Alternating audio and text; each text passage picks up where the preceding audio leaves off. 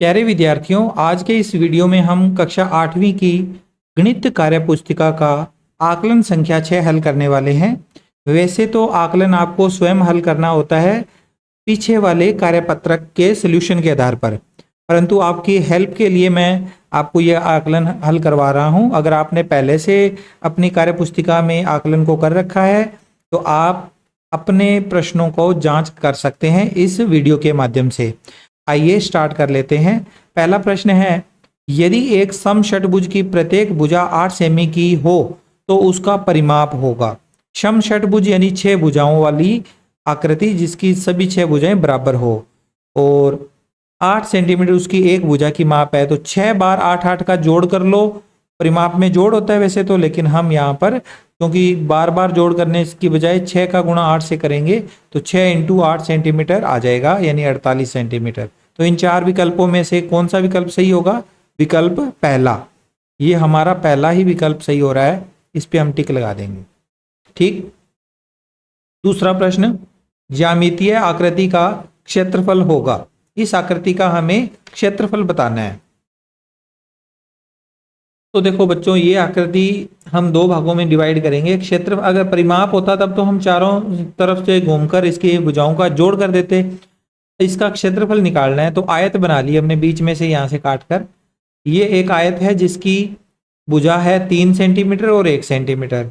ये भी एक आयत है जिसकी भुजाएं हैं 1 सेंटीमीटर और 2 सेंटीमीटर लंबाई और चौड़ाई। तो इसका क्षेत्रफल कितना होगा? 1 और 3 का गुणा करेंगे तो ये आ जाएगा 3 सेंटीमीटर। 3 और 1 का गुणा करेंगे, 3 गुणा 1 तो ये आएगा 3 वर्ग सेमी। ये कौन से वाला पार्ट आ गया? इधर वाला, इसका उत्तर आ गया।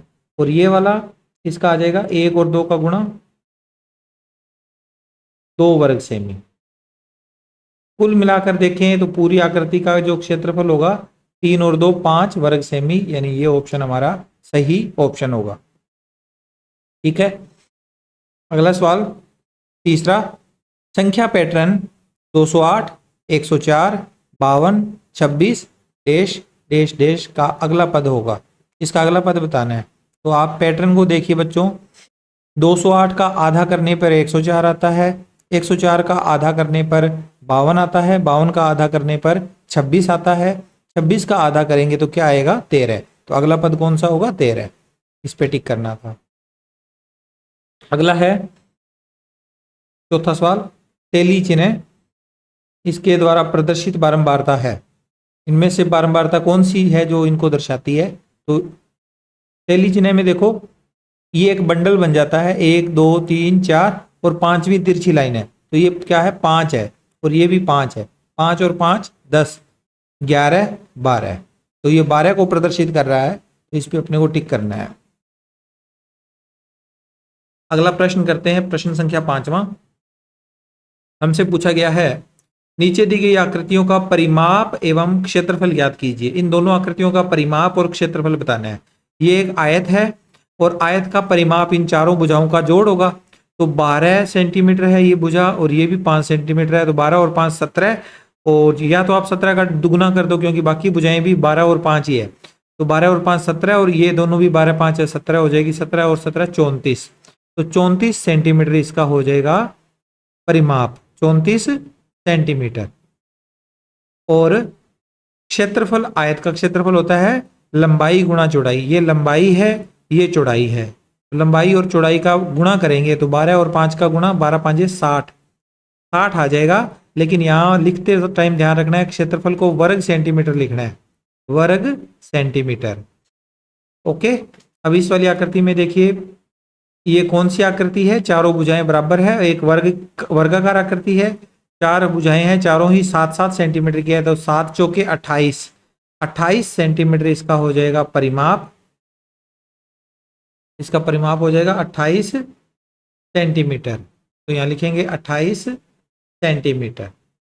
और इसकी जो क्षेत्रफल होगा वो कितना होगा? भुजा गुणा भुजा, इन दोनों भुजाओं का गुणा, 7 का 7 से गुणा करेंगे, 7 7 49, 49 वर्ग सेमी, 49 वर्ग सेमी। ठीक है। ये 5वां सवाल कंप्लीट हो गया। अब छठा सवाल देखो। छठे सवाल में हमसे पूछा गया है, सूरतगढ़ में यातायात पुलिस द्वारा किसी चौराहे पर यातायात नियमों का पालन नहीं करने पर बनाए गए चालानों की संख्या नीचे तालिका में दी गई है। यातायात के नियमों का पालन नहीं किया तो चालान कट गया। चालान कटने के बाद में उसका एक डाटा तैयार किया गया, उस डाटा को यहाँ पर दिखाया गया है, आंकड़ों को यहाँ दर्शाया गया है। सोमवार को चालान कितने हुए हैं? 10। मंगलवार को 8 चालान हुए हैं, बुधवार को 12 चालान हुए हैं और गुरुवार को 7 चालान हुए हैं। इन आंकड़ों का दंड आलेख दिए गए ग्राफ में बनाइए। इसमें हमें दंड आलेख बनाना है। तो यहाँ पर हमें देखो चालानों की संख्या 2, 4, 6, 8 ऐसा लिखा हुआ मिल रहा है। और यहाँ सोमवार, मंगलवार, बुधवार, गुरुवार, ये 4 अलग अलग वार हैं, तो इनकी भी हमें नाम लिखे हुए मिल रहे हैं। तो हमें इनको दंड आलेख बनाना है। तो सोमवार को 10 चालान है, तो ये है यहाँ पर देखो इस लाइन पे 10 यहाँ आ रहा है, सोमवार ये है, तो ये वाला खाना अपना पूरा इसको भरना है ऐसे। ठीक है, ये सोमवार के लिए हमारा इसका दंड आलेख में मान आ गया, पहला दंड आ गया ये 10, यहाँ लिख दो 10। मंगलवार को 8 चालान कटे हैं, तो मंगलवार वाली लाइन 8 तक जाएगी यहाँ तक। तो इसको हम फुट्टे से मिलाएंगे ये, ठीक है, आप फुट्टे से इसको अच्छे से मिला लेना। फिर है बुधवार, बुधवार को 12 चालान कटे हैं, तो बुधवार को 12 चालान है, यहाँ तक 12 बनता है, तो इसको आपस में ऐसे मिलान कर देंगे। ओके। और गुरुवार को 7 चालान कटे हैं, गुरुवार को 7 इसमें नहीं लिखा हुआ, लेकिन आप देखो 8 और 6 के बीच में 7 आएगा, तो ये 8 है, यहाँ 6 है, तो इसके बीच वाली ये हल्की सी लाइन आपको दिख रही होगी, इसको आपने मैच कर देना है। यहाँ पर आ जाएगा हमारा गुरुवार, ये 10 था, ये 8, ये 12 और ये 7। ठीक है, इस तरह से हमने दंड आलेख तैयार करना था। अब इसके बाद अंतिम प्रश्न है, संख्याओं के पैटर्न को पहचान कर नियम बताइए और आगे बढ़ाइए। अब आपने को इनका नियम देखना है। पहले तो देखो 5 में कितने जोड़ने पर 9 आया? 4 जोड़ने पर। ठीक है, 5 में 4 जोड़े। 9 में कितने जोड़ दिए? 9 में जोड़े हैं, 9 में 8 जोड़ने पर आता है, 9 में 8 जोड़ने पर आता है 17। और 17 में कितने जोड़े हैं? 17 में जोड़े हैं 16। 17 में 16 जोड़ने पर 33 आता है, यहाँ 16 जुड़े हैं। तो आपको पता लग रहा होगा, पहले 4 जुड़े हैं, फिर 4 का डबल 8 जुड़े हैं, फिर आगे 16 जुड़ गए, अब आगे 32 जुड़ेगा, यानी कि इस संख्या में आगे 32 जोड़ने हैं। तो 33 में 32 जोड़ेंगे तो आएगा 65। 65 आ गया। इसमें कितने जोड़ दिए? 32 जोड़ दिए। 32 में फिर आगे कितने जोड़ने हैं? 32 का दुगुना 64। अब आगे इसमें 64 जोड़ना है, तो प्लस 64 कर दो, 65 और 64 मिलाकर हो जाएंगे 129। और 129 में अपने अगर देखें तो 129 में कितने जोड़े? 128। 128 में जोड़ करने पर कितना आएगा? इन दोनों का जोड़ करेंगे तो ये आ जाएगा 257। अच्छा, एक तरीका तो ये मैंने गैप अंतराल देख देख के बता दिया।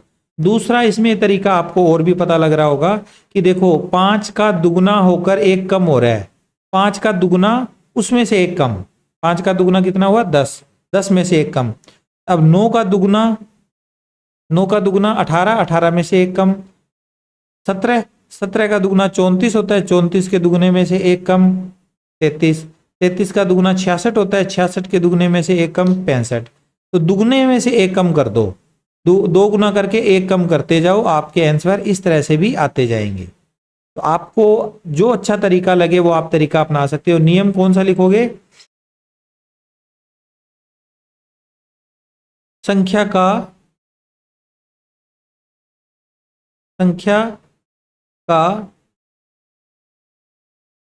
दुगुना -1, संख्या का दुगुना -1 करना है।